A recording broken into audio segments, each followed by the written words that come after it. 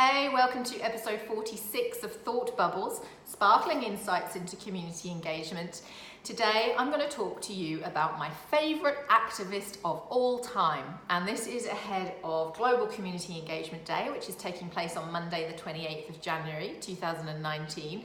And the theme that Engage to Act have chosen for Global Community Engagement Day this year is engaging with activists. A couple of episodes ago, I talked about the definition of an activist, being somebody who wants to create political or social change. And the following episode after that, I talked about what's the opposite of an activist. And I suggested that the opposite of somebody who is incredibly active in creating political and social change would be somebody who's incredibly passive in creating social and political change. But like I say, today I would like to tell you about my favourite activist of all time, and I've been thinking about this over many months, and there are many amazing activists around the world, past, present and upcoming in the future, I can see. But I'd like to tell you about the activist who, for me, has had probably the most significant impact on my life to date that perhaps I don't think about often enough, Emmeline Pankhurst. Emmeline Pankhurst was a British political activist. She was born in Manchester in northern England in 1858. And Emmeline led the suffragette movement for equality. She was the person who led the movement who enabled women to have the right to vote in the UK. And it was, I think it was 1918 that women were finally able to be elected to Parliament, and it wasn't until I think 1928 that women finally had the equal right to men to vote. I should add that South Australia, where I'm based, it wasn't until 1894 that women received the right to vote here. So the reason I'm fascinated by Emmeline Pankhurst's work is obviously back in the early 1900s. The scene was so different to how it is today, and the concept of women having the right to vote, which we take for granted these days, was so frowned upon, and it took a huge rebellious movement of political activism in order for these women to be heard. Emmeline Pankhurst formed the Suffragettes, and there's a huge amount of history and such an intricate story about the work that she did. But there's this particular group of women, their activism began quite calmly with letters and with speeches and with petitions and with some very refined protests and rallies.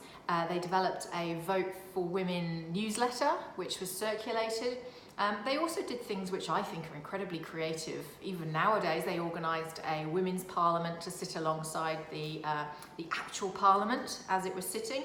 Then the story is huge, and it unfolds of all these different things that happened to Emmeline Pankhurst and the women who were fighting for the Vote for Women, to the point that the protests grew and grew, and so the protests became loud. They became incredibly violent, of the women receiving the violence from the police.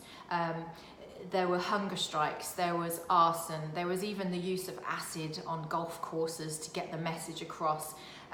These women put their lives on the line to get their voice heard, and it worked. It eventually worked, with women being given the right to vote, which I think is just incredible.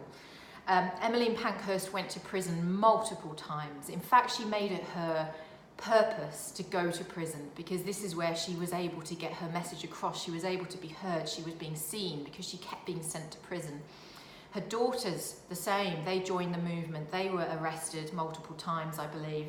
I really like a quote as I was researching this before recording this episode.